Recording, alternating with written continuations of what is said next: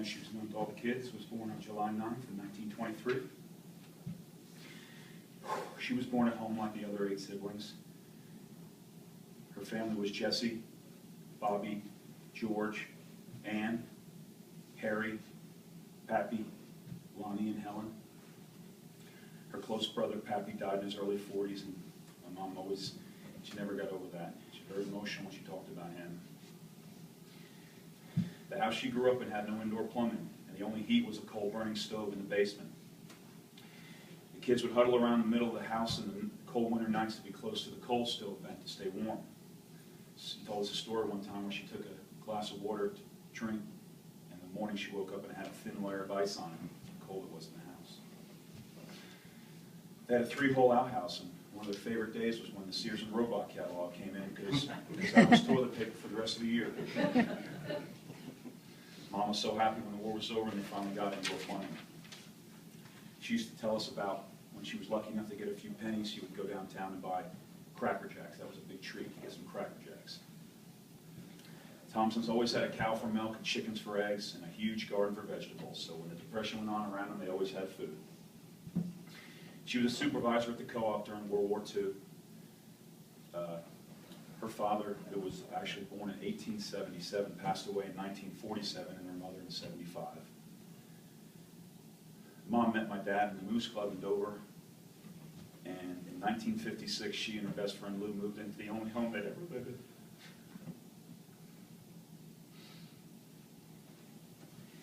Together they had 6 of the most wonderful children in the world. Of course, she saved the best for last. She raised all 6 kids with cloth diapers. Imagine that work. I remember seeing a picture of the clothesline just full of cloth diapers. She loved her gardens and would stick a plant in anywhere she liked, regardless of how it would affect how we mowed the lawn. Always had plenty of fresh vegetables from the gardens. Mom loved her sweet corn, her tomatoes, and her Bermuda onions. She enjoyed selling those flowers. She did for years. She had a really incredibly loyal fan base and customer base that bought those flowers year after year after year. She always lived her life to the fullest. She loved going to the Crossroads Inn to meet up with some of the local Chester people to have a good time. Instead of saying the drink she drank, she always had a generic name. She called it Sneaky Pete, whether it was a vodka drink or a glass of wine or whatever. They always had a little Sneaky Pete. And everyone that knew her knew that even a glass or a glass and a half would make her a giggler. She would start giggling. Nose would turn red, and she laughed and laughed. She had a unique way to keep the kids safe. Matter of fact, she tied Marcia to the clothesline. Later on in life, she said she wished she could do it when she was 16. When Cindy got a bike for her birthday, Mom tried to ride it across the yard. She fell off and sprained her ankle. She would always threaten to hit us with a wooden spoon, but she never did. But ironically, she finally tried to do it when I was 12 and Marcia was 14. I just took the spoon away from her and we all laughed about it. I was already bigger than her at that point. We always had 4th of July picnics at our house. And one of these picnics, there was an impromptu softball game. Mom was wearing a dress and she got right in there and played. And we have a video of her running around playing softball in dress shoes. She always loved to cook and bake. And we would always joke that she was the only person in the world that could take an 8-inch cake and make it serve 50 people. She cut the smallest pieces. Everyone that knew her knew she loved Halloween, loved to dress up at Halloween in full costume, so no one knew who she was, and she'd go to friends and family's houses and have them try to guess, and she thought that was great. When we got our first gas grill, Mom didn't really know how it worked. So after she lit it one time and burned off 2/3 of her eyebrows, she let my dad take care of that from now on. She never missed an opportunity to get a laugh. She always had a great sense of humor.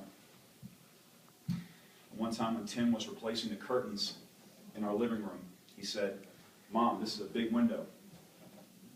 It's going to take a big rod." And she giggled for a half an hour. I thought that was so funny. I still told that story for 20 years. When Marcia told her she was pregnant on April Fool's Day, she spent half the day wondering if it was a joke or not. I'm sure. She loved to go to the casinos. She used to go with Nancy a lot. She just loved it. went all the time.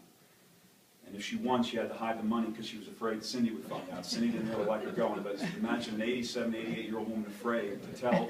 She'd tell me, call me on the phone and say, tell Cindy I went to the casinos. Worried, still worried at that age.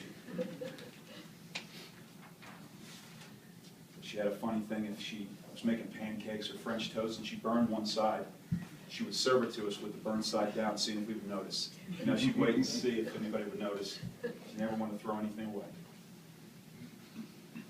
One time, Marcia and Cindy took her to the Olive Garden over in Rockaway. And on the way there, Mom saw the sporting goods store. And she blurted out, "Dick's." And they all just laughed like 10-year-olds. She loved country music, loved music in general. She actually went to see Brooks and Dunn at age 87. Went to the concert with Nancy.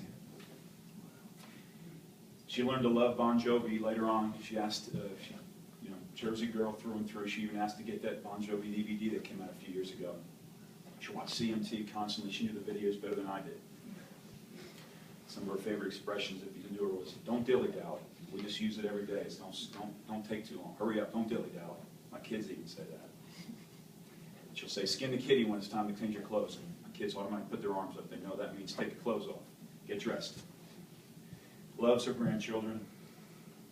No matter what she was doing at the time, she always made time for her kids or her grandchildren. She was always there for us. She knew that we loved her, and she knew that she loved us, and that's how it should be. We were blessed. The world was a better place because Miriam Buderman